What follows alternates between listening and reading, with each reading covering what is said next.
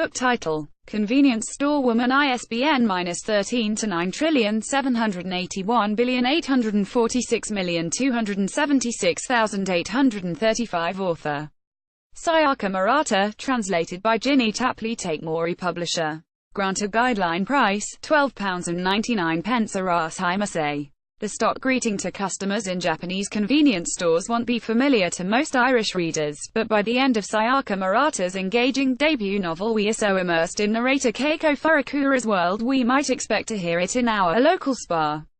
Convenience Store Woman tells the story of a 36-year-old social misfit who has worked for 18 years in a titular store in Tokyo. Though her family and friends are aghast at this waste of her life and education, Keiko took the job upon leaving school as a way to be reborn, to become a normal cog in society.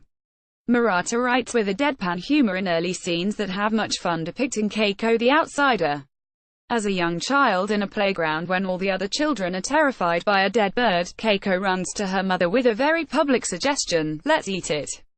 I said, "What, Daddy likes yakitori, doesn't he? Let's grill it and have it for dinner." Her penchant for mild sociopathy continues at school when she tries to help a teacher break up a fight between two boys by walloping one of them over the head with a shovel. Everyone started screaming as he fell down clutching his skull.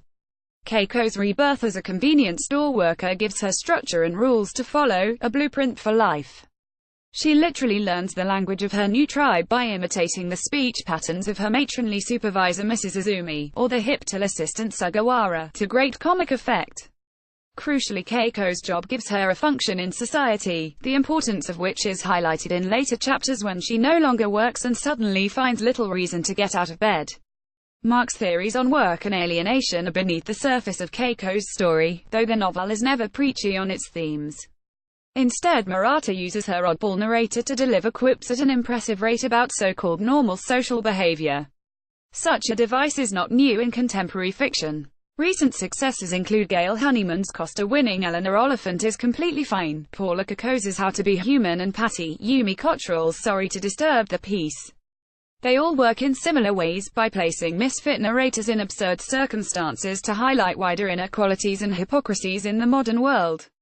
Shiraiha is a fantastic foil to Keiko, a misogynist with zero redeeming features, ugly with self-pity and rage.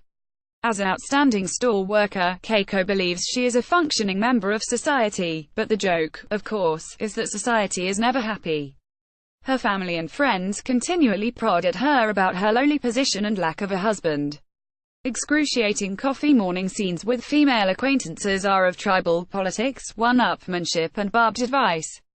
Murata excels at highlighting the human need to rationalize things we don't understand. When something was strange, everyone thought they had the right to come stomping in all over your life to figure out why.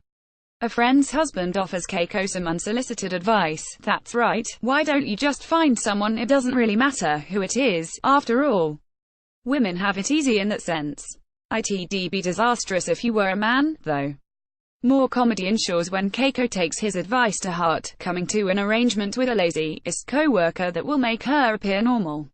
Shiraiha is a fantastic foil to Keiko, a misogynist with zero redeeming features, ugly with self-pity and rage. Like a parody of The Worst Man Alive, he loses his job, moves into her house, sponges off her, won't let her use her own bath, demands food and continually puts her down. "I'm a man, so I can still make a comeback, but there's no hope for you, is there, Furukawa?" His torrents fall on deaf ears with Keiko, whose own lack of emotional intelligence sees her treat him like a pet and analyze his behavior in clinical terms that hit home with a truth. Maybe people who thought they were being violated felt a bit better when they attacked other people in the same way. According to Keiko's sister, though, the relationship with Shiraiha is better than being single. She's far happier thinking her sister is normal, even if she has a lot of problems, than she is having an abnormal sister for whom everything is fine. Murata is an award-winning writer in her native Japan. Convenience Store Woman is her first book to be translated into English, and the rights have sold in 12 territories. Ginny Tapley. Take Mori's skillful translation captures the balance between the quirky and the profound that propels the novel to its rather abrupt end. This is a story that readers could easily stay with all over again were it to be longer. It is a small complaint for a book that invites us into its world of social normalcy and refuses a convenient exit. Arashima say, to a surefire hit of the summer.